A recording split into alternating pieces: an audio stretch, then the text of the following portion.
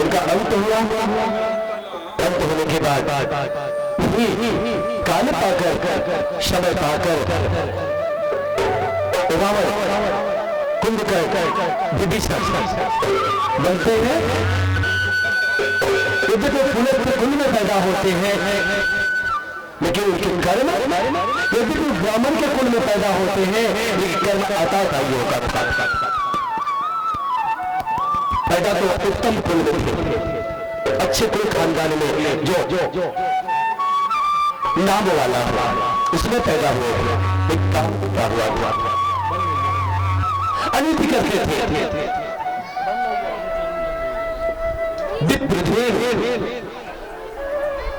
बालकों को, ऋषियों मुनियों को, पशुओं को सबकी हत्या कर देते थे।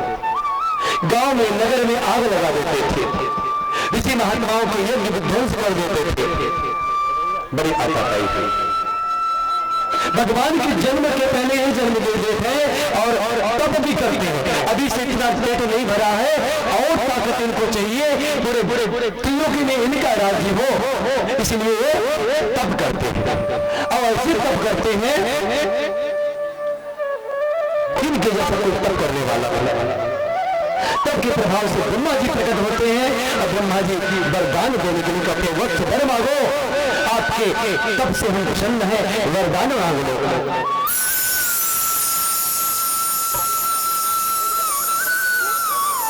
सिर वाला रावण को वरदान मिलता है, वह मांगता है अमर हो जाओ, अमरता का वरदान मांगता है। ब्रह्मा जी ने कहा अमर तो नहीं हो सकते तुम, जब मृत्यु लोक में आया उसे मरना ही पड़ेगा, अमर नहीं हो सकते। हाँ, बचने का रास्ता खोज लो, जिससे बच सकते हो कोई रास्ता खोज लो, वो तुम्हें चाहिए। वह रावण सोचने लगा अरे मौका है, ऑप्शन है हमारे लिए, ठीक है हम ढूंढ लेते हैं, कोई तो मुझे मार नहीं सकता। एक ही चीज रखता हो मैं उसके हाथों मर सकूं, मनुष्य और बंदर हमें न मार सके। रावण कहता है कि ब्रह्मा जी अगर आपको वरदान देना ही है तो मुझे ऐसा वरदान दो कि मनुष्य और बानर हमें मार न सके। वो जानता है नित्य हमारे आहार है, नित्य को हमारे राक्षस खाते हैं, इनको ये हमें कैसे मार पाएंगे, और कोई तो मुझे मार ही नहीं पाएगा। भगवान बोले तू गाल डाल चल, मैं काट काट चलता हूँ, जो जहाँ तेरा रास्ता खत्म हो जाता है वहीं से मैं रास्ता पैदा करता हूँ, देखता हूँ कहाँ से बचता है। भगवान बोले ठीक है। उधर ब्रह्मा जी वरदान दे दिए रावण को। कुछ हुआ, कुंभकर्ण के पास गए, कुंभकर्ण से कहने लगे वर मांगो, और कहने से पहले उनका मन भयभीत हो गया। अरे मैं वरदान देने के लिए तैयार हो गया और क्या हो सकता है, इसका भयंकर वजन है, विशालकाय है, ऐसा इसका रूप है, कहीं गलती हो जाए, कुछ गलत मांग लिया तो विश्व का विनाश हो जाएगा। इसलिए वह ब्रह्मा जी मन में विचार करने लगे। अब विचार करके ब्रह्मांड को प्रेरित करते हैं, सरस्वती को प्रेरित करते हैं, हे सरस्वती आओ इसके मन मस्तिष्क को बदलो और बदल के इसको सही दिशा दो। माता सरस्वती आती है, कुंभकर्ण के मन मस्तिष्क को फेरती है और फिर ब्रह्मा जी कुंभकर्ण को कहते हैं वर मांगो, और जब कुंभकर्ण वर मांगता है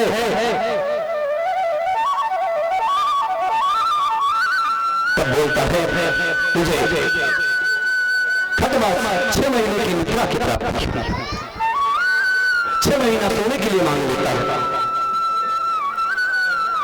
और जब मांग लिया, इधर आशीर्वाद दे दिए ब्रह्मा जी, वरदान दे दिए, तब उसका अकल ठिकाने आता, अरे मैंने मांग क्या लिया, मांगना कुछ था, मेरी जबान कहाँ चली गई, जबान कहाँ फंस गई, मुझे मांगना कुछ और था, मुझे मांगना था इंद्रासन और मैंने मांग लिया निद्रासन। मांगना चाहता था इंद्रासन और मांग लिया निद्रासन, सोना मांग लिया। माता जी को प्रेरित करने से आज सोने के लिए मांग लिया, 6 महीने सो और 1 दिन जाग। ब्रह्मा जी ने वरदान दे दिया उसको भी, लेकिन अभी एक और बचा है, उसको वरदान देना है, जो है विभीषण। जब देखे कि बड़ा भोला भाला दिख रहा है, बड़ा शांत चित्त वाला दिख रहा है, इसके विचार उत्तम लग रहे हैं, ब्रह्मा जी बिना विचार करे और उससे कहते हैं तुम वर मांगो, विभीषण तुम वर मांगो। विभीषण कहता है ब्रह्मदेव अगर आप देना चाहते हो तो मुझे जन्म जन्म प्रभु के प्रभु में प्रीति बनी रहे, ऐसा वरदान दो, भगवान का पूजन करता रहो, भगवान का जप कीर्तन करता रहो, बस मुझे यही चाहिए। तो भगवान ब्रह्मा जी वरदान दे के अंतर ध्यान हो गए। इधर वर पाने के बाद रावण धावा बोलता है देवलोक में,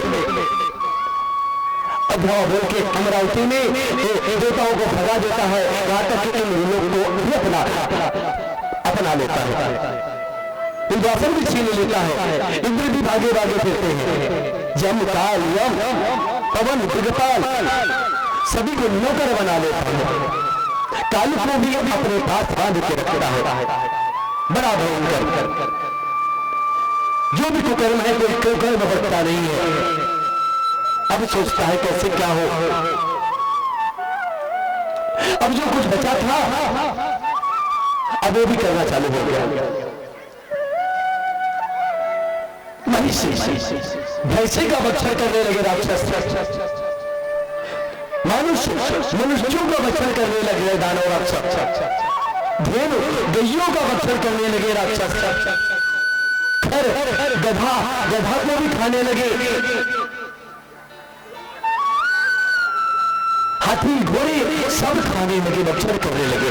इतना गलत कर रहे हैं, मदिरा पान कर रहे हैं। इतना ही नहीं, दिवांगनाओं का भी अपहरण करके लाते हुए अपने यहाँ। एक सीता का ही हरण नहीं किया था रावण ने, और भी अपहरण किया था। प्रमाण है रामचरितमानस में। राक्षस दिवांगनाओं का भी अपहरण करके लाते हैं। कोई भी अनिति बाकी नहीं रहेगी जो अनिति न करता हो। एक बार कुबेर बिठाया, धावा बोला और उनका राजभोग छीन लिया।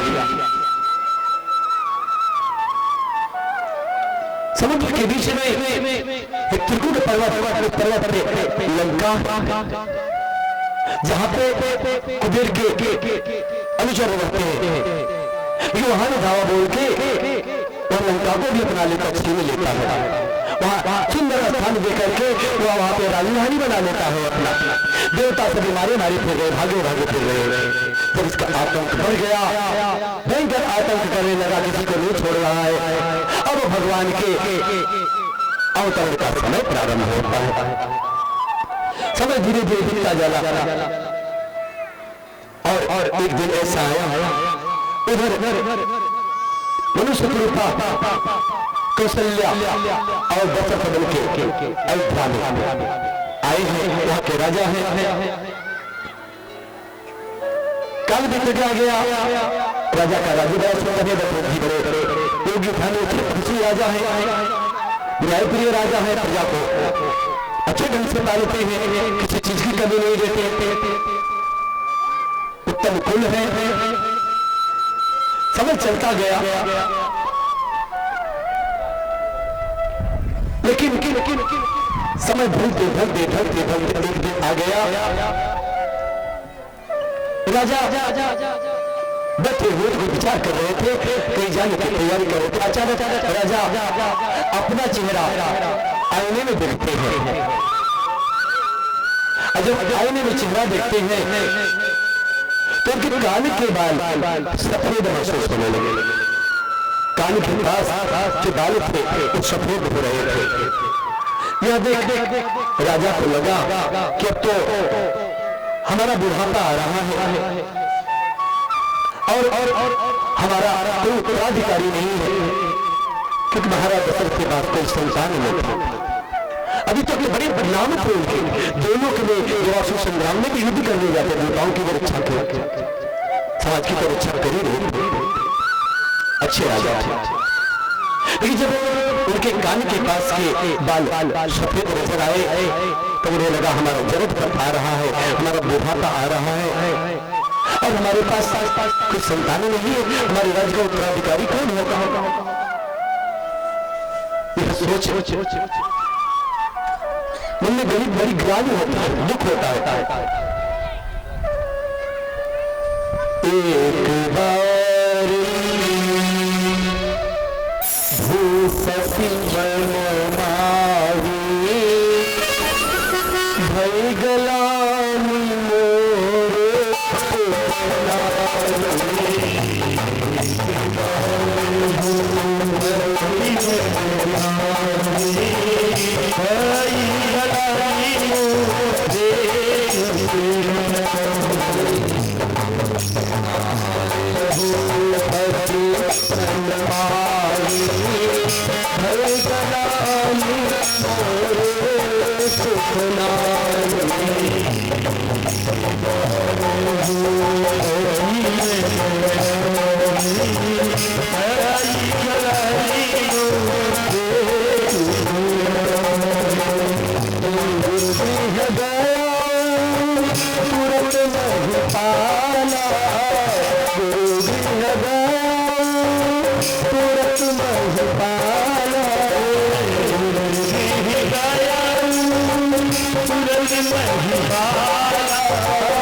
चरण लागी करी विनय विशाला, चरण लागी करी विनय विशाला, चरण लागी करी विनय विशाला,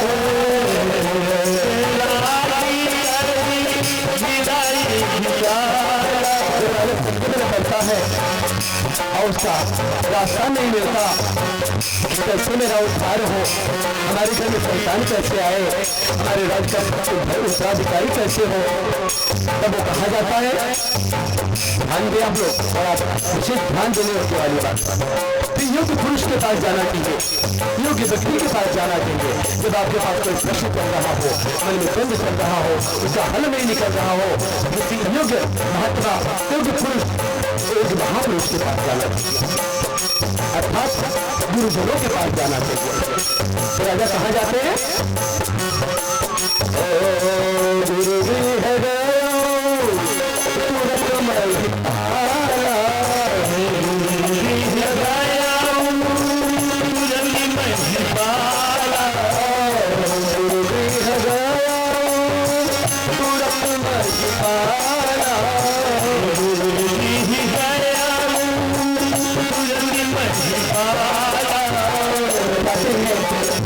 भी है वशिष्ठ मुनि के पास उनके कुटिया में जाते हैं, और जाते क्या करते हैं? जाते हैं चरण लागी करी विनय विशाला, चरण लागी करी विनय विशाला, चरण लागी करी विनय विशाला, चरण लागी करी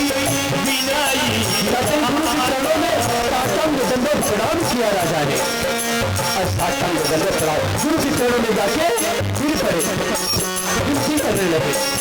और छोटी मोटी विनती नहीं, बड़ी विनती, विनत के लोग के अश्रुओं को आंखों में लेकर प्रार्थना कर रहे, देखो कि गुरुदेव आपके रहते हमारे पास एक संगत हो, हमारे राज्य का कोई अधिकारी न हो, हमारे ऊपर कलंक चल रहा हो, उसी तरह ही गुरुदेव तो सही रास्ता नहीं मिलता, गुरु के पास मिलता।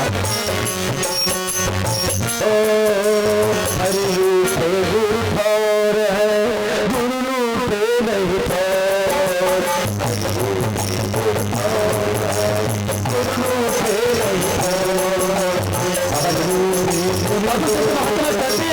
अगर परमात्मा रूप जाए, गुरु एक बार बचा लेगा, गुरु अगर सही रूप हो गया तो परमात्मा भी वही बचा सकता। वही बात है, हरि तो रूठे हैं, कोई संतान नहीं है, तब कहाँ जाएंगे? गुरु के पास, योग्य पुरुष के पास, योग्य जानकारी व्यक्ति के पास जा रहे हैं, महात्मा के पास।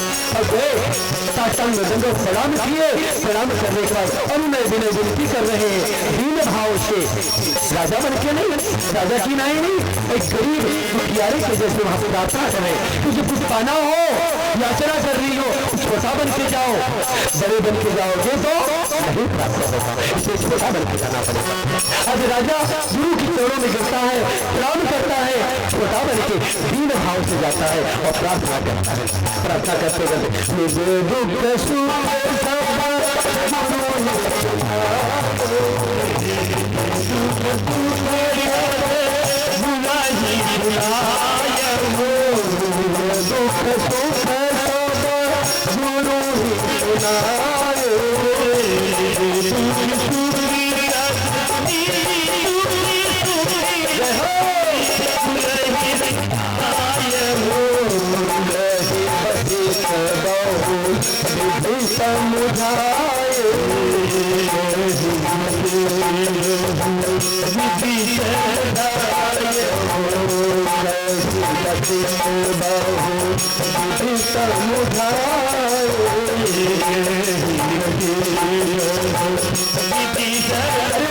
भाव से उसको सुनाया ही, लेकिन वो अपना सुख भी बता रहा है।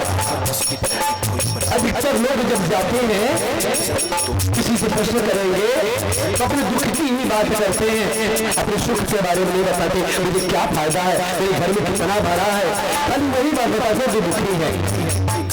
बहुत से लोग बस अपने दुखों के गीत गाते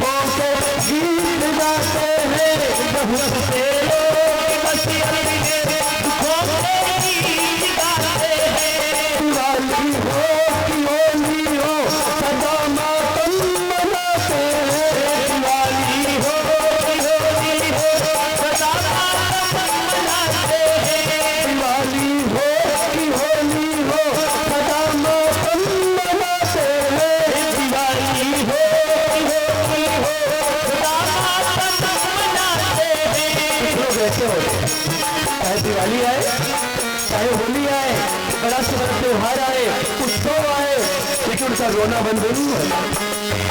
जो सुख है उसका अनुभव नहीं करते और दुख दर दर से रोते हैं, और ऐसे दर से रोते हैं कि जहां सर पटकने से सर फूट सकता है, मिलता कुछ नहीं। अरे ऐसे जगह पे सर पटको जहाँ कुछ मिले, ऐसे जगह पे मत सर पटको जहाँ सर फूट जाएगा। रखना है, दिल की मसाज करनी है। और इस बहुत से लोग बस अपने दुखों से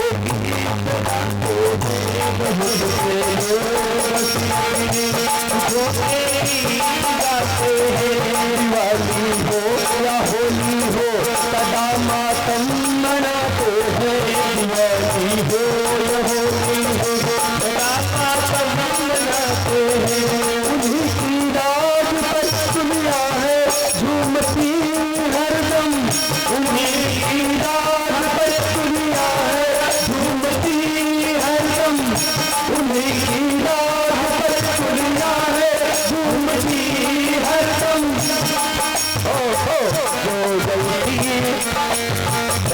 जो गलती पिता में,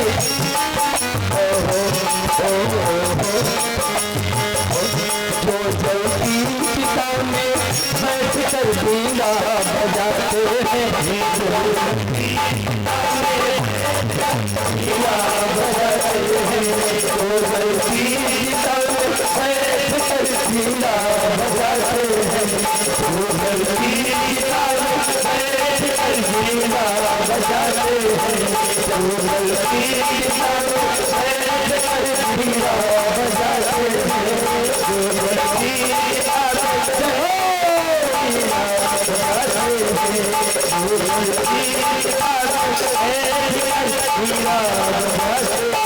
जाता है। राजा जाकर के दुख तो सुनाया भी, लेकिन दुख के साथ सुख भी सुनाया। गुरुदेव आपकी कृपा से, आपके आशीर्वाद से किसी चीज की कमी नहीं है, न तो धन की कमी है, न बल की कमी है, न राजू की कमी है, न सम्मान की कमी है, न मान की कमी है। कमी तो बस एक है, संतान की कमी है। अपने आप को रख दिया और राजा जी बात रखता है, गुरु जी को दया आ जाती है। अब गुरु जी क्या समझाते हैं,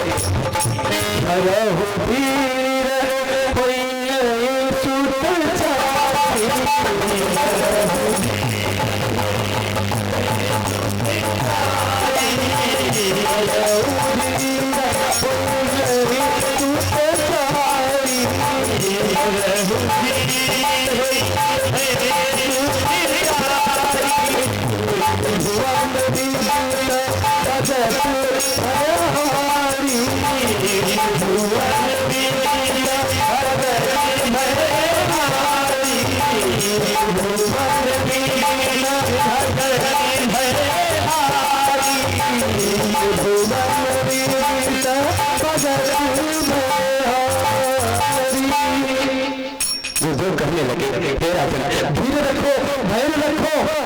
अगर अगर धैर्य नहीं रखोगे तो काम नहीं बनेगा। अगर कोई काम बनाना होगा तो धैर्य रखना होगा, लेकिन धैर्य नहीं रखोगे काम और धैर्य रखोगे तो क्या लाभ होगा जो बता रहे। जब धैर्य रखोगे राजन, कुछ काल प्राप्त होने के बाद आपके पास एक नहीं, दो नहीं, तीन नहीं, चार पुत्र प्राप्त होंगे आपको, और ऐसे आम पुत्र नहीं होंगे। त्रिभुवन को उतारने वाले, त्रिलोकी को उतारने वाले परम पिता परमात्मा आपके यहाँ अवतार धारण करेंगे। राजन धैर्य जब राजा सुनता है, मन में धीरता आती है तो बोलते हैं ठीक है गुरुदेव, फिर आप उपाय करो, आप उपाय करिए, कैसे होगा। तो गुरुदेव ने कहा हे राजन, हम ऐसा नहीं कर सकते। कितने लोग बोलते हैं ना कि पंडित जी सब कुछ जानकार है, सब कुछ जानते हैं, सब कुछ करते हैं।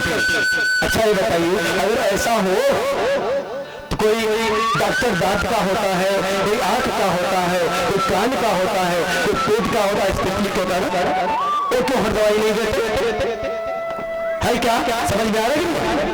अगर बोले नहीं मैं सब जानकार हूँ, सब कुछ जानता हूँ, तो क्या विश्वास करेंगे आप लोग?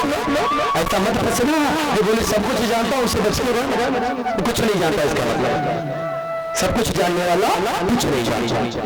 हर चीज का इलाज अलग अलग होता है, अलग अलग हॉस्पिटल में अलग अलग दवा है, एक ही दवा हर जगह लागू नहीं होती है। भगवान लड़ता है, अलग अलग जगह अपने अलग अलग दाव का प्रयोग करता है। ऐसे ही राजा कहता है हे गुरुदेव जल्दी करिए, मुझे पुत्र की प्राप्ति उपाय करिए। तो पूज्य गुरुदेव वशिष्ठ मुनि कहते राजन मेरी बस की बात नहीं है, मैं आपको रास्ता बताऊंगा कहाँ काम बनेगा, वहां चले जाओ, लेकिन मेरी बस की बात नहीं।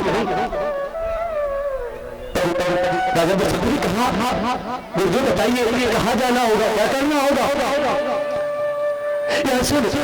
आज पूज्य गुरुदेव वशिष्ठ मुनि राजा को समझाने लगे और कहने लगे सिंह से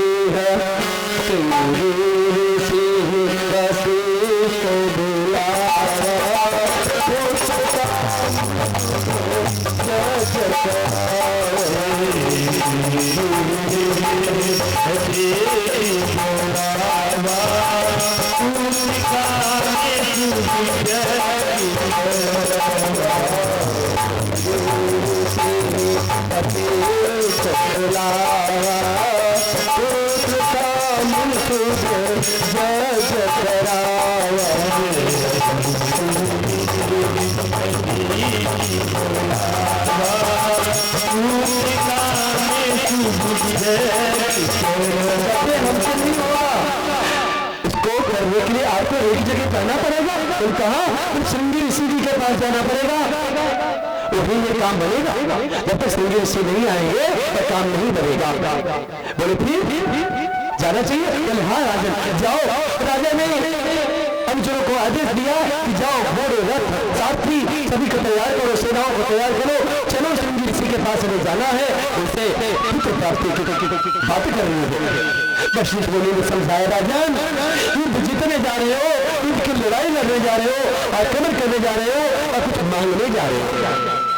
सेना किस लिए तैयार कर रहे हो, रथ प्राप्ति घोड़े क्यों तैयार कर रहे हो। राजा ने कहा अरे प्राप्ति के लिए श्रृंगी ऋषि के पास जाना है। बोले जरा आपको कुछ पाने जाना है ना, याचक बन के जाओ, दीन बन के जाओ, दुखी बन के जाओ, राजा बन के मत जाओ। राजा बन के जाओगे तो खाली ही बन के आओगे। तो राजाओं का बड़ा राजा महात्मा होता है, महात्मा से बड़ा कोई राजा नहीं होता, क्योंकि उसे किसी की चिंता नहीं रहती। राज्य जाएगा, घर जाएगा, परिवार जाएगा, धन संपत्ति जाएगी, कोई डर नहीं होता। राजाओं का मेरा राजा होता है, वो जब चाहे तो दे दे, नहीं चाहे तो चल जाए। बात समझ में आ गई, महाराज दशरथ को समझ में आ गई। महाराज दशरथ ने कहा ठीक है गुरुदेव आदेश दीजिए। बोले सात्विक साधु रूप में बन के जाओ। आज राजा दशरथ राजपाट का जितना साधन था सबका त्याग कर दिए, अपने वो आभूषण राजसी ठाडबाट उतार दिए, पैर में पहले उतारना है उतार दिए, जूता चप्पल भी उतार दिए जो पहनते थे। कोई अस्त्र शस्त्र नहीं है, कोई सेना नहीं है, कोई रथ नहीं है, कोई साथी नहीं। आज अकेले राजा दशरथ पैदल चल के श्रृंगी ऋषि के पास जा रहा है। जा रहे हैं, कामना मन में कर रहे हैं कि जाऊंगा तुमसे कुछ मिलेगा, जाऊंगा तो मेरी मनोकामना पूरी होगी, जाऊंगा तो जिस उद्देश्य के लिए जा रहा हूं तो पूर्ति होगी। एक भजन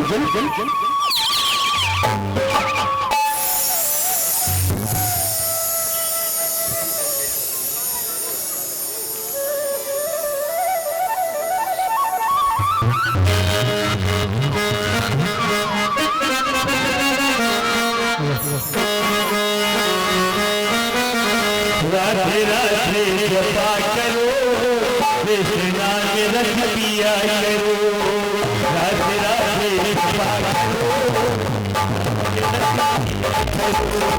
राधे राधे जपा करो, राधे राधे जपा करो, राधे पिया करो, राधे राधे जपा करो, राधे पिया करो, राधे राधे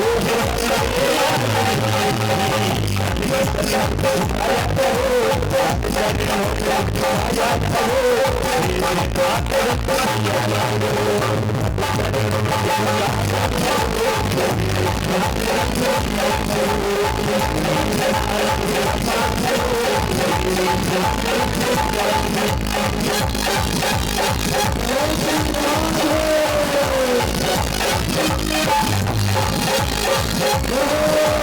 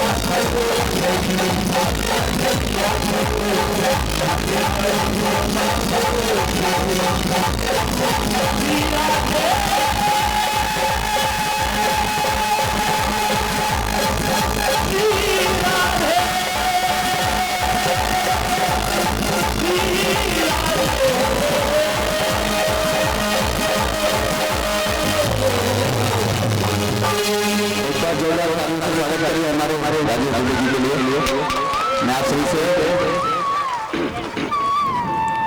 निवेदन करूंगा कि हमारे बीच में शासक पक्ष के नेता इनके लिए भी जोरदार खुली आकाश के चिराग से गुजर रहे कोई तो है जिसने हवाओं साहब ऐसे कोई सत्ता है कथा श्रवण कर रहे हैं हमारे बीच में जरूर सुनना देना हमारे मनोज यादव जी उनसे थोड़ा अपना बहुत बहुत धन्यवाद। और आज माताओं और बहनों को देख करके बहुत हर्ष की बात है कि ये समाज ये ऐसी टोली कोई राजस्थान समाज में देखने को मिलता था जो कि कोई भी कथा हो कोई भी रथ यात्रा हो, लेकिन आज आप लोग जो समाज में दिया आप लोग इकट्ठा हो करके उसके लिए हम अपने भाइयों से चाहेंगे उनके लिए जोरदार ताली बजाए।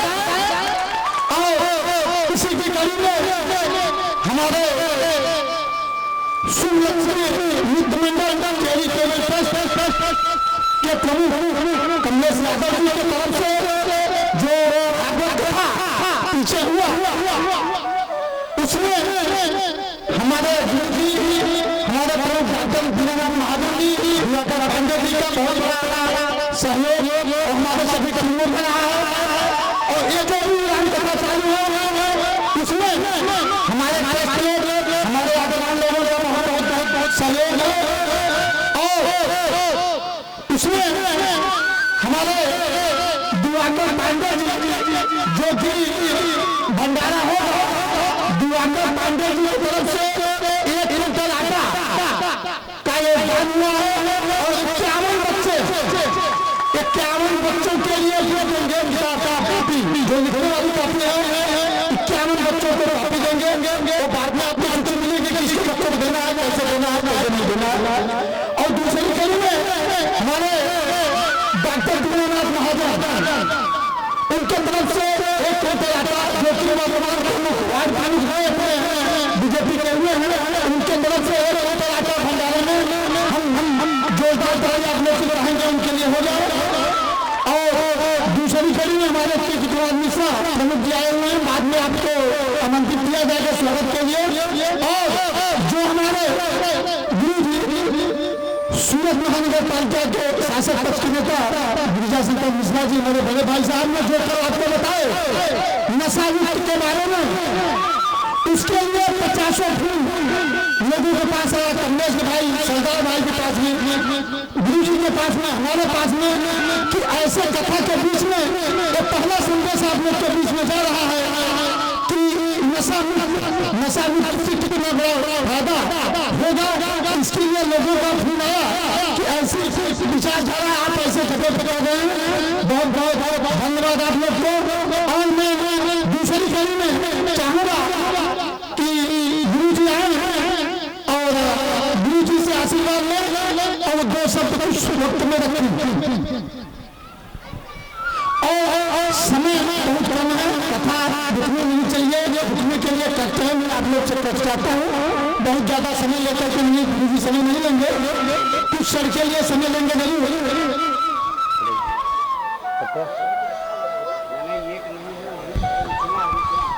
आज हमारे बीच में बसंत गायन के गायन मास्टर हैं, प्रिंटिंग मास्टर आदरणीय श्री कृष्ण कुमार तिवारी जी, कृष्णा तिवारी जी के नाम से मशहूर हैं। आए आज गुरु जी का आशीर्वाद लेंगे।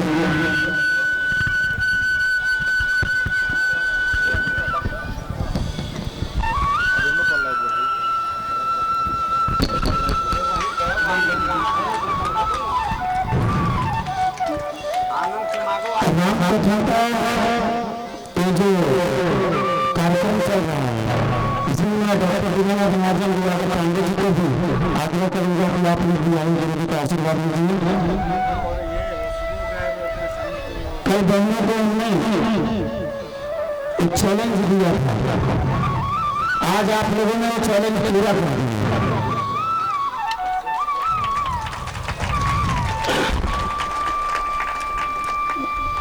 हमारे भाई लोग सोच रहे हैं कि मिश्रा जी कुछ बोलते भी नहीं और बहनें समझ जाती हैं और जोरदार ताली बजा देती हैं।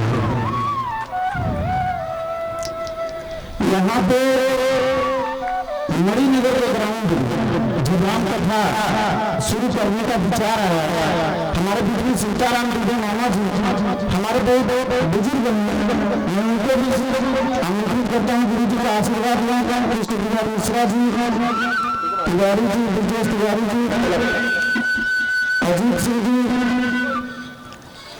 रमाशंकर शाही जी, आप लोग कथा की शान है। कथा तो हर जगह आयोजन होता है कथा का। कथा का आयोजन करने के बाद अगर कथा सुनने वाले लोग नहीं हैं तो कथा का आनंद नहीं है। और आप जैसे अगर श्रोता सामने बैठे हैं तो वक्ता का मान और सम्मान, उसके साथ ही साथ साहस तीनों बढ़ जाता है। तो इसके लिए मैं आप लोगों का जोरदार एकदम से स्वागत करता हूँ, हृदय से स्वागत करता हूँ। तिवारी जी की तरफ से कुंतल अंतर तंत्र के लिए ध्यान दे रहे हैं, कहीं से कुछ होने वाला नहीं है, मैं आपको अलग से बताऊंगा। कहीं से नहीं कुछ होने वाला, यहाँ भी कथा और भी कथा होने वाली है। सब छोड़ो यार, आप इन लोगों से क्यों छोटी छोटी बातें आप लोग करते हैं। इनको एक बड़ा काम दे दीजिएगा, चाहे मंडप दे दीजिए चाहे भंडारा दे दीजिए, ऐसा चीज दीजिए कि आप भी आ रहे हैं। इनको छोटा छोटा चीज मत बोलिए, बहुत बड़े आदमी हैं। आप लोगों को मैं बताना चाहूंगा हमारे समाज के व्यक्ति हमारे लिए खुशी का विषय है। एक नशा मुक्त व्यक्ति बात करते हैं, एकदम नशा नहीं करते, एकदम नशा नहीं करते। और आज इन्होंने एक मुकाम हासिल किया है कि जाहिर में मैं नहीं बोल सकता, इन्होंने इनकी वजह से आज हजारों लोगों को रोजगार मिला हुआ है। तो अब क्या है, प्रमोद यादव बोल रहे थे किलो तो भी सोचो कि ऐसा लग रहा चल रहा है, ऐसा नहीं चल रहा भैया। आप मंडप का पूरा आपको काम देखना है, क्योंकि हमारी बहनों का आपको आशीर्वाद मिलेगा। और 20 तारीख को मैं आपको आमंत्रण देता हूँ। 20 तारीख को गुरु जी क्या है आपका हवलर भंडारा का, हम 20 को कथा लास्ट, 20 को कथा है ना लास्ट, 20 को कथा है, कथा है 20 तारीख को। कल एक्चुअल मुझे बोल रहे थे रक्षाबंधन उत्सव आप मनाइएगा, तो मैं उनको कहना चाहूंगा यहाँ कि नहीं रक्षाबंधन 120 तारीख को हम मनाएंगे। हमारी सारी बहनें राखियां बांधेंगी। जिनके भाई जिन भाइयों को कलाई में रक्षा बंधवाना होगा वो आप यहाँ बैठ जाएंगे, सारी बहनें रक्षा बांधेंगे। रक्षाबंधन 120 तारीख भले लेट होगा, लेट होगा, ताली होनी चाहिए। जिस दिन यह माहौल प्रारंभ हो गया रक्षाबंधन का, उस दिन समाज में बड़ा परिवर्तन होगा, यह मेरा मानना है। अब बताए साथ में सब मिल करके जोरदार तालियां। कल से मेरे पास 40-45 फोन कम से कम मेरे पास आया और उन लोगों के पास आया हुआ तो अलग से। अभी भी आ रहा था तो फोन आए थे। अब आप लोगों ने घर में जाकर के कुछ किया होगा, मुझे नहीं पता है।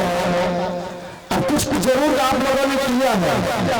जो फोन आ रहे हैं उन लोगों ने मुझे कहा कि यदि बचपन में मेरे माँ बाप ने ऐसा किया होता तो आज तक हमारे गृहस्थी में जो इतना बड़ा नुकसान हुआ गुरु जी, ये नुकसान नहीं हुआ होता। आप लोगों की वजह से, आप लोगों के काम की वजह से हमने तो सिर्फ आपसे निवेदन किया था नशा मुक्त परिवार का आपके घर के सामने बोर्ड लगना चाहिए, स्लोगन लगना चाहिए नशा मुक्त परिवार का। लेकिन आप कल से जो आप लोगों ने शुरू किया है इस राम कथा के माध्यम से पूरे समाज में चर्चा का विषय बना हुआ है। राम कथा भागवत कथा में आमतौर पर क्या होता है, गुरु जी जिस तरह प्रवचन कर रहे हैं, प्रवचन होता है, प्रसाद होता है, भंडारा होता है। लेकिन ये वासुदेवानंद गुरु जी का राम कथा कुछ अलग है। इनके कथा में कथा भी होगा, व्यथा भी होगा, प्रसाद भी होगा, उसके साथ साथ भंडारा के साथ साथ एक संस्कार युक्त समाज का मैसेज जाएगा। इस तरह का राम कथा वहां पर मिल जा रहा है। तो आप लोग जो अपने काम में आगे बढ़े हैं, नशा मुक्त समाज का, नशा मुक्त परिवार का, इसमें आप आगे बढ़िए। बहुत अच्छा रिजल्ट आ रहा है। आगे भी इसी तरह आप लोग कदम बढ़ाते रहिए। 20 तारीख को यहाँ पे बहुत भव्य कार्यक्रम होगा। उस कार्यक्रम में सूरत शहर के नामांकित लोग आएंगे यहाँ पे। जैसे आज हमारे बीच में प्रिंटिंग मास्टर हैं। अगर पूरे सूरत को सिल्क सिटी के रूप में जाना जाता है, डायमंड सिटी, सिल्क सिटी, अगर सिल्क सिटी में कहा जाए कि प्रिंटिंग मास्टरों की लिस्ट बनाई जाए तो कदाचित पहला नंबर जब लिखा जाएगा ना तो हमारे तिवारी जी का नाम लिखा जाएगा। ऐसे नहीं, तो ऐसी ऐसी हस्तियां हमारे समाज में हैं कि अपने आप में उनका नाम बहुत बड़ा है, लेकिन उनको यहाँ पर लाया नहीं जाता, उनको बुलाया नहीं जाता। हम बुलाएंगे आप लोगों के बीच। अच्छे अच्छे बिल्डर हैं, अच्छे अच्छे बैंक प्लांट के मालिक हैं, उनकी सेवा दूसरों को मिल रही है, दूसरे एरिया में मिल रही है। हमको भी ये लोग बोलते हैं कि आपके एरिया में आपने सब कुछ किया, हमने स्कूल बनाया, हॉस्पिटल बनाया, शेरी बोर्ड बनाया, रोड बनाया, गटर बनाया, लाइट का सुविधा किया, दौड़वा गार्डन बनाने जा रहे हैं, छठ पूजा का तालाब बनाने जा रहे हैं। जहां आप लोग कथा सुन रहे हैं इसको बहुत बड़ा मैदान बनाने जा रहे हैं सूरत महानगर, ताकि आप लोगों को हरदम कथा के लिए कहीं जाना नहीं। इस तरह का काम करने के बाद अब आप लोगों के बीच में अगली जो कड़ी होगी, जो 20 तारीख को रक्षाबंधन उत्सव होगा, आप लोग जिन कलाइयों में राखियां बांधेंगी तो कलाइयां तो होगी सूरत के अंदर में, पूरे गुजरात में जिनका नाम है, पूरे देश में जिनका नाम है, ऐसे भी हमारे समाज की कलाइयां आपके बीच में होंगी। 20 तारीख को मैं उन लोगों को बुलाऊंगा। मैं सूरत शहर का नेता हूँ, भारतीय जनता पार्टी शासक पक्ष का नेता हूँ। मुझे मुलाकात होती है उन लोगों से, कई बार वो लोग बोलते भी हैं। अपनों के बीच में जाना सबसे अच्छा लगता है कि हमारे अपने लोग जहाँ हैं वहाँ हम जाएं। अपनत्व की भावना होती है,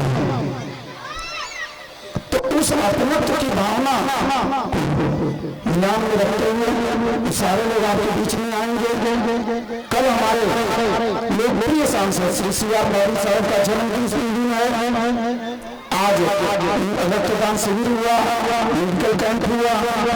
आप लोगों को जोरदार तालियों से आशीर्वाद दीजिए कि आने वाले समय में भी हम लोगों की सेवा हमेशा करते रहें, हमारे बीच में हर समय उस सेवा के लिए उपस्थित रहें।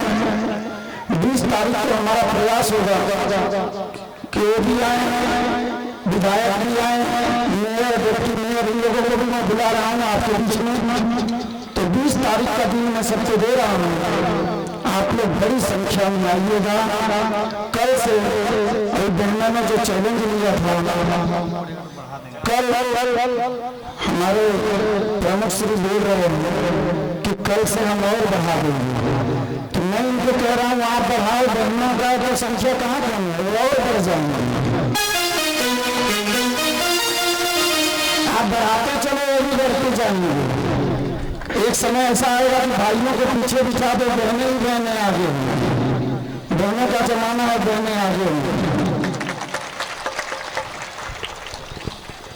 आप लोगों को मैं एक छोटी सी बात बता करती हूँ कि अपनत्व की भावना कितनी अमूल्य होती है कि आज हमारे यहाँ कथा चल रहा है।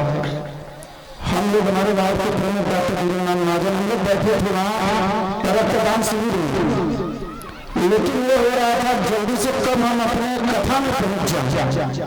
हम लोग शिविर में से जैसे ही मौका मिला तुरंत भाग के अपनी कथा में आ गए। ये होता है अपनापन, ये होता है अपनत्व की भावना। कि हमारे drawing master, printing master Tiwari ji भी बैठे थे, उनको भी बताया मेरे बस 5 मिनट में मंदिर पे पहुँच के बस आ रहा हूँ। मुझे आपने बताया, मुझे हर बार बताया करो, मैं हर बार आऊँगा। लेकिन इन्होंने अभी छोटी सी बात की थी, वो हम लोग मानने वाले नहीं। पूरा मंडप अब उनकी तरफ से होगा, इसलिए जोरदार तालियां बजा के उनका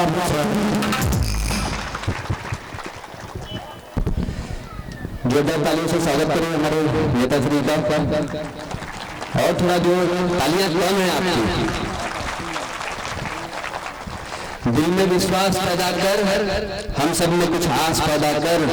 मिट्टी की बात तो अलग है यारो, ईश्वर तो पत्थर में भी घास पैदा कर देता है। तुम्हारे जो शासक पक्ष के नेता हैं उनके लिए एक बार और जोर से ताली बजाइए।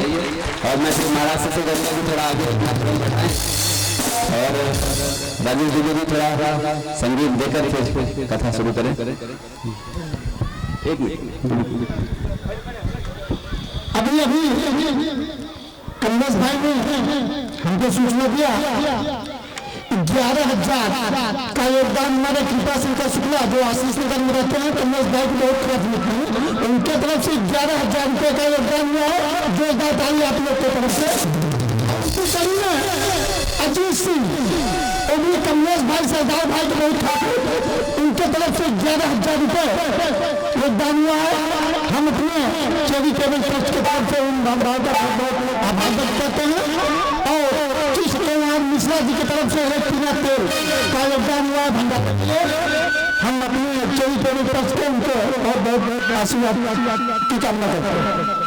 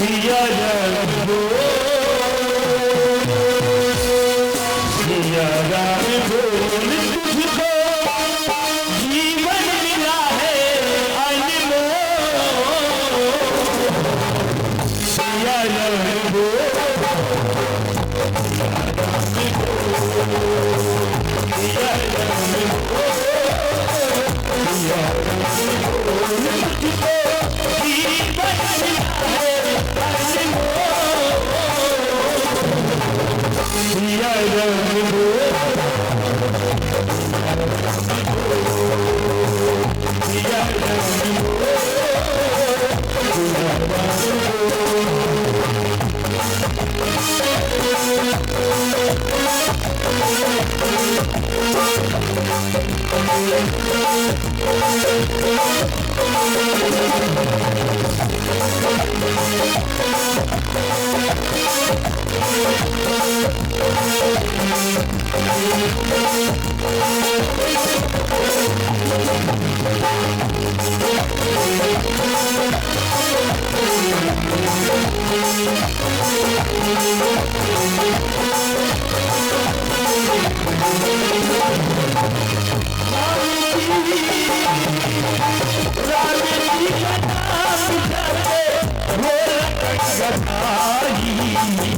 की है पूरा करे एक दुनिया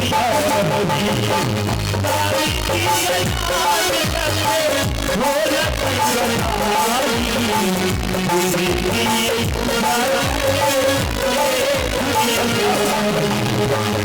एक दुनिया नसीब यही है एक सिया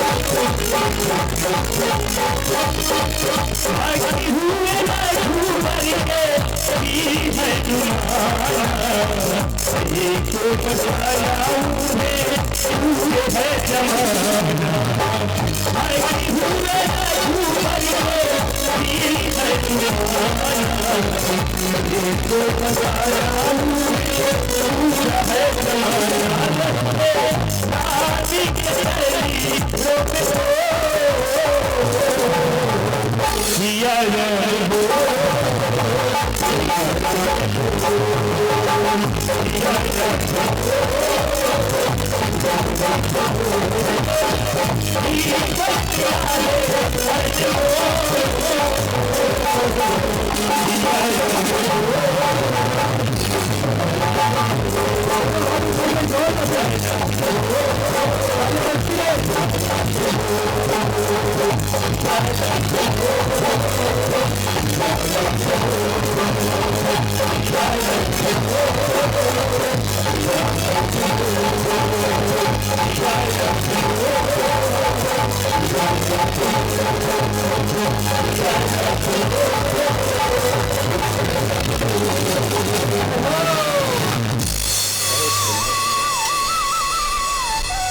एक बार हमारी संगीत टीम को जोरदार तालियों से सम्मान दिया आप सब।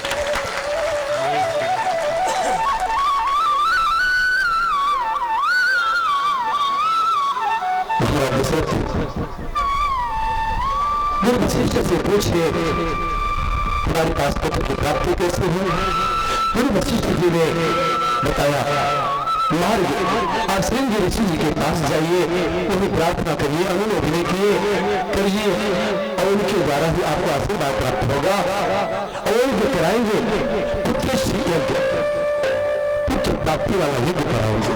उनके द्वारा जो यज्ञ सफल होगा उसी से आपको संतान की प्राप्ति होगी। महाराज दशरथ सभी वस्त्र आभूषण त्याग कर, राजसी ठाटबार त्याग कर एक जोगी की तरह से पैदल बिना जूते बंधी के और गुरु श्रृंगी ऋषि के आश्रम में जाते हैं, अपनी प्रार्थना उनको सुनाते हैं।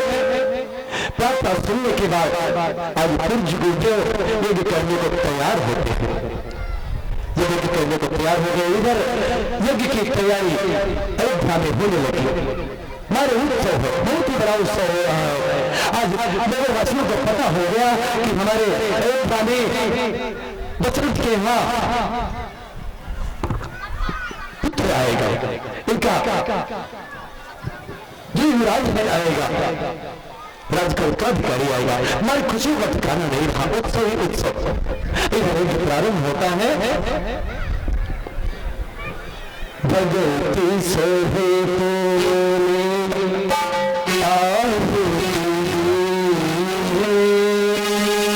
भगवती सहित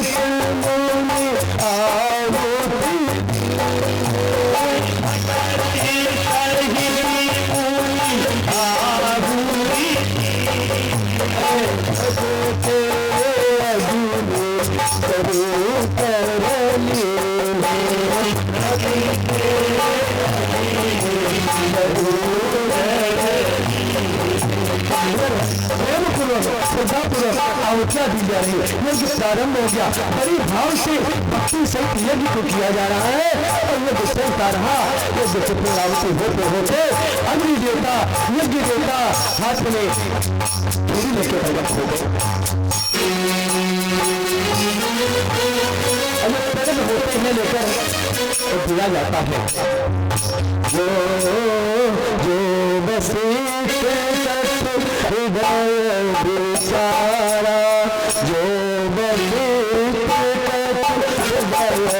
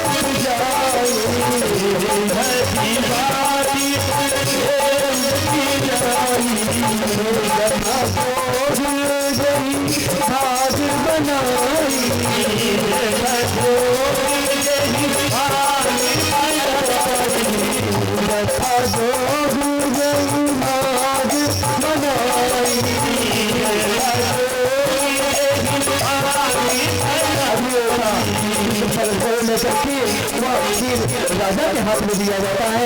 राजा के हाथ में आने के बाद गुरु वशिष्ठ कहते हैं, हे राजन, जिस योग्य जो रानियां हैं उस योग्य उनके खेत को भाग बना के उनको वितरित करो, उनको दान करो, उनको दो। जब ऐसा हुआ तब राजा ने क्या किया, सारा का सारा खीर कौशल्या को दे दिया। पूरी खीर कौशल्या के हाथ में रख दिया। अब जिस योग्य की बात कर रहे हैं, इधर सारा का सारा खीर कौशल्या के हाथ में दे दे, इसका मतलब कौशल्या योग्य होगी तभी तो। ऐसे व्यक्ति को कुछ बांटने की जिम्मेदारी दी जाती है तो सबको बांटे, ऐसे व्यक्ति को जिम्मेदारी नहीं दी जाती तो स्वयं ही रख ले, किसी का ना सोचे। इसलिए कौशल्या सबकी सोचने वाली है, इसलिए राजा ने सारा का सारा खीर कौशल्या के हाथों में दे दिया।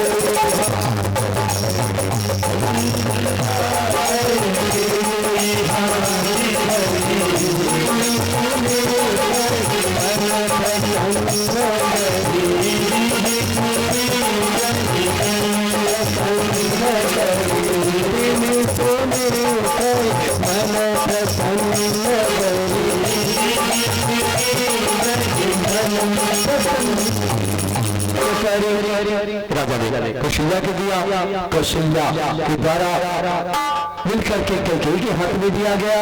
कैकेयी और कौशल्या दोनों जन मिलकर जो भाग था उसको दो भागों में बांट के बड़ी प्रसन्न भाव से सबसे छोटे महाराज दशरथ की पटरानी जो सुमित्रा है उनको दोनों ने दिया, कैकेयी और कौशल्या ने दिया। इस प्रकार समय आया और माताएं गर्भ से मानो चारों तरफ खुशियां छा गई। अब देवता भी खुशियां मनाने लगे, आनंद ही आनंद होने लगा। मंदिर मंदिर सब चली गया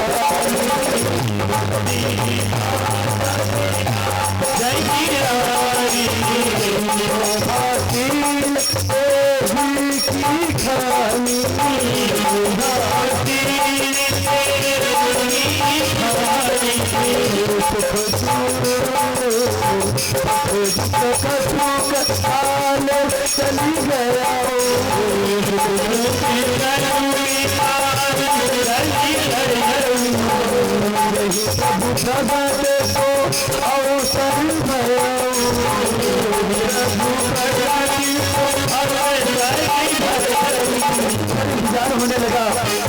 ऐसा नहीं पूरे नगर में इंतजार होने लगा।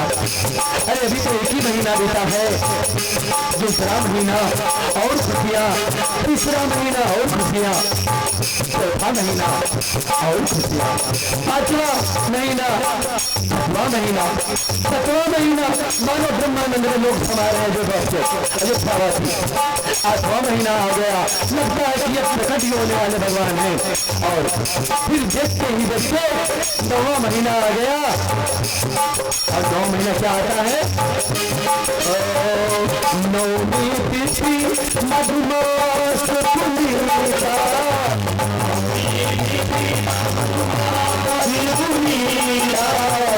नौमी तिथि मधुमास पूर्णिमा।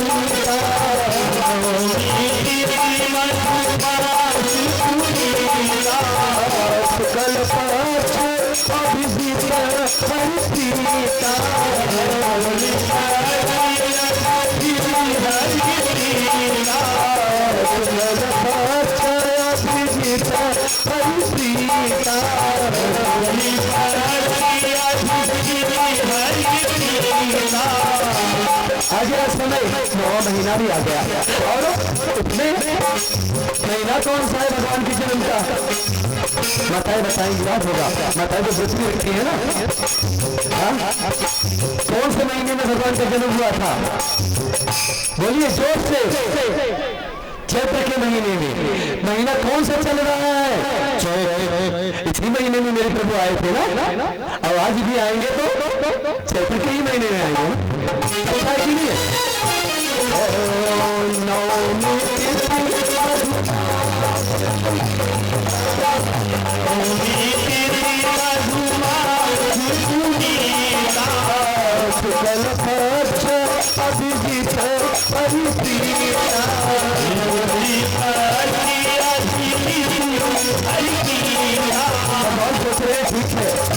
अभिजीत महीना का चुनाव कर लिया, शुक्ला पंथी भी चुनाव कर लिया, अब किसी कौन सा चुनाव करो?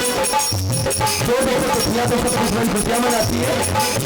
और नवमी को रिक्ता खुशी लोग बोलते हैं, हमारे आचार्यगण नवमी को रिक्ता खुशी बोलते। नवमी को कोई काम मत करो, खाली पीती है, शुभ नहीं है। तो भगवान सोचे इसकी बड़ाई दे दी, इसको बड़ाई देनी पड़ेगी।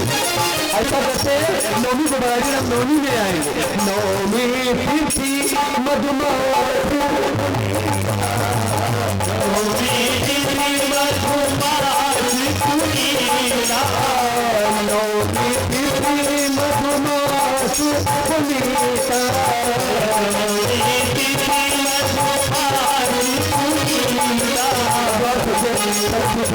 नवमी को बधाई दे रहे। और क्या करें, हमें नक्षत्र खोजना होगा, किस नक्षत्र में आए। तब भगवान ने नक्षत्र खोजा और फिर पुनर्वसु और मुख्य का योग खोजा। महाराज भगवान ने पुनर्वसु योग में भगवान प्रकट होना चाहते हैं। अब वो सभी आगे वाली बात बढ़ी।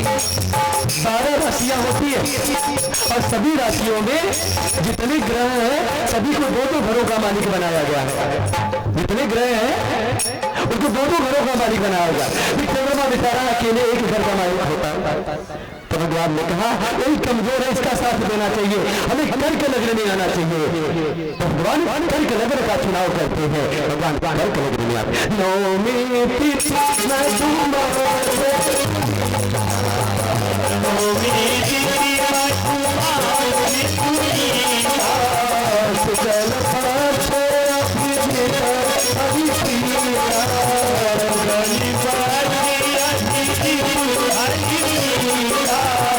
भगवान ऐसी गलती कर रहे हैं। यहाँ पे चंद्रमा बहुत खुश हो रहा है कि भगवान हमारा लग्न भी चुनाव कर लिए, हमें बधाई दे रहे हैं, लेकिन भगवान उसके खिलाफ के काम कर रहे हैं। तो काम ये कर रहे हैं, चंद्रमा तो रात्रि बलि होता है ना, चंद्रमा दिन को दिखता है कि रात को ना, लेकिन भगवान दिन को जन्म लेना चाहते हैं। यही उसे दुख हो रहा। मध्य दिवस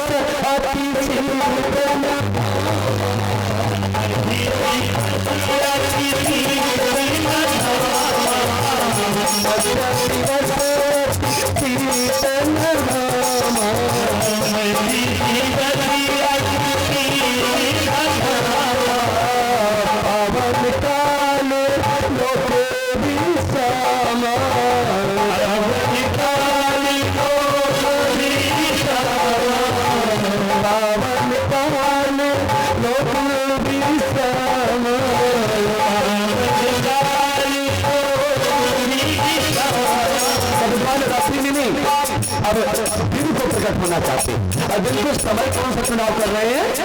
दिन का 12 बजे का चुनाव कर, दोपहर का 12 बजे। अब उसमें भी चुनाव करने के बाद सोचते हैं क्या करो, उसमें भी अभिजीत नक्षत्र को चुनते हैं भगवान। अभिजीत नक्षत्र में प्रकट होते हैं और अब भगवान के आने की बारी हो रही, जिसके लिए देवता, मनुष्य, यक्ष, नाग, किन्नर, गंधर्व सभी भगवान से प्रार्थना कर रहे थे भगवान जल्दी आए और हम सबको आनंद दे। अब धीरे धीरे आ गया। सो अवसर विरंची जब जाना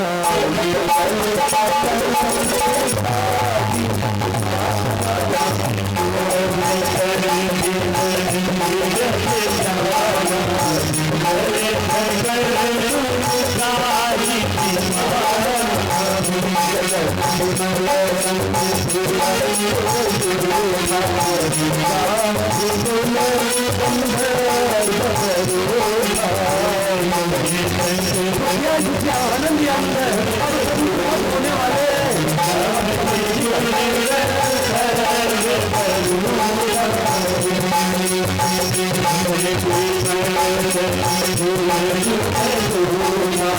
अगर मन आगे तो जवाब कर रहे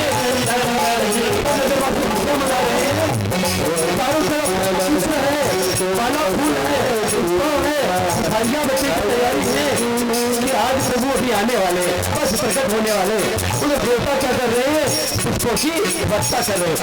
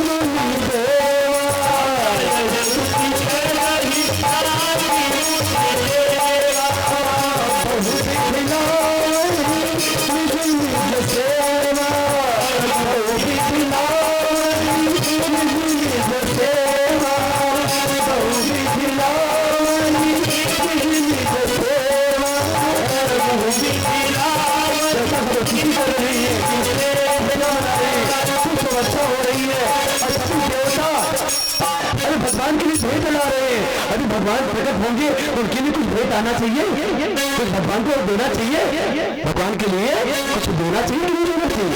देवता ला के दे रहे हैं, नगरवासी इकट्ठा करे, जैसे भगवान आएंगे भगवान को भेंट देनी है। भगवान खुशी और सही चाहे और सबको खुशी आ जाए और वो असर करते अब समय आ गया। सुर समूह विनती करी पहुँचे निज निज भाव